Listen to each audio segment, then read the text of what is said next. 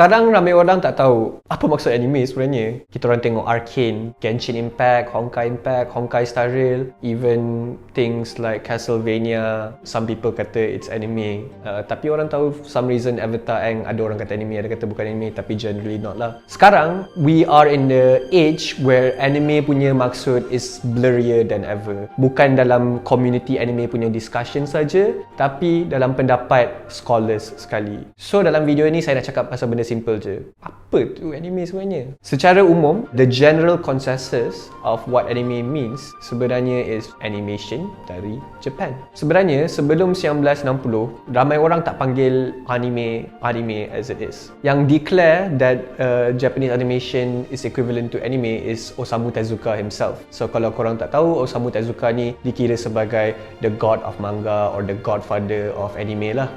Berdasarkan perkajian daripada Jonathan Clements dalam buku Anime History, dia cakap orang dulu panggil anime benda lain based on Tsugata atau Tsuga yang dia reference from Doga, manga Eiga. Lepas tu Jonathan Clements pun dia ada menceritakan kita orang boleh lihat anime sebagai dua benda, sebagai objek atau sebagai event. So bila kita orang tengok anime sebagai objek, kita orang melihat dalam lens atau kacamata ownership access. So siapakah? Basically the author, producer, director. Ni contoh-contohnya je lah. So kita orang tengok anime sebagai satu commodity saja. Second, sebagai event. So kalau kita orang lihat anime sebagai event is very interesting sebab dia dibagi kepada dua, performative action dengan representative event. Performative action maksudnya simple je, benda yang jadi kat dalam anime. So kalau kita orang tengok Attack on Titan, apa Eren buat dalam anime, those are performative action bila kita orang tengok anime. Apakah maksud kedua dia? Representative event is event yang impact the real world. So daripada kita tengok anime, kita pengalaman tengok apa jadi dekat dunia Eren. Representative event is event yang kita orang buat kat luar, become a cultural icon, become a cultural impact, orang beli merchandise. So saya nak bagi contoh kedua yang untuk sedangkan orang faham is Hatsune Miku punya live event. So Hatsune Miku adalah satu vocaloid, satu karakter yang wujud dalam reality bila dia buat satu konsert. So performative action is dia menari dengan menyanyi, and then the representative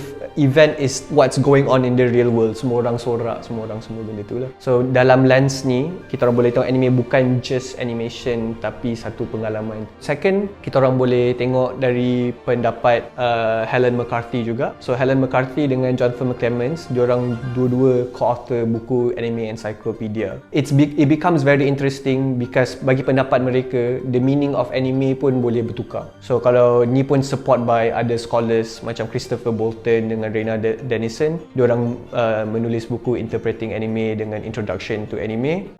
Diorang berpendapat bahawa some anime dia punya maksud bertukar, and then ada yang berpendapat macam anime is Japanese from animation tapi tak masuk stopwatch. So dari sini kita nampak ada banyak confusion regarding the meaning of anime.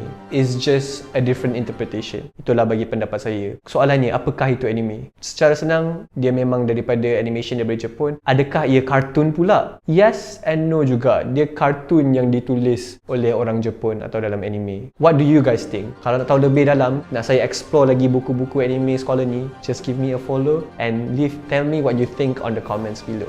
Thank you so much.